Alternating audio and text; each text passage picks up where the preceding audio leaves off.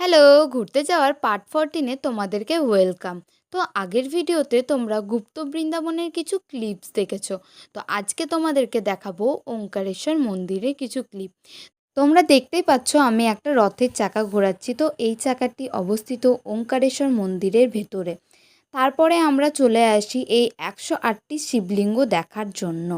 ওঙ্কারেশ্বর মন্দিরের মেন আকর্ষণীয় জিনিসই হচ্ছে এটা। পুরী ঘুরতে এসে যদি সুন্দর সুন্দর সাইট সিন দেখতে চাও তো অবশ্যই এই মন্দিরটা ভিজিট করো। আর এই মন্দিরের মধ্যে আমি কি দেখতে পেলাম চলো তোমাদের সাথে একটু শেয়ার করি। 108টি শিবলিঙ্গের মধ্যে আমাদের পাতালেশ্বরেরও নাম কিন্তু ছিল।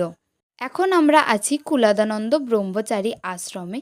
তো তারপরেই চলে গিয়েছিলাম চন্দন সরোবর অর্থাৎ জগন্নাথ দেবের পিসির বাড়িতে। তারপরে আমরা চলে গেছিলাম গুন্ডিচা মন্দিরে অর্থাৎ জগন্নাথ দেবের মাসির বাড়িতে। তো ভিডিওটা এই পর্যন্তই। Thanks for watching. জয় গোপাল, রাধে রাধে।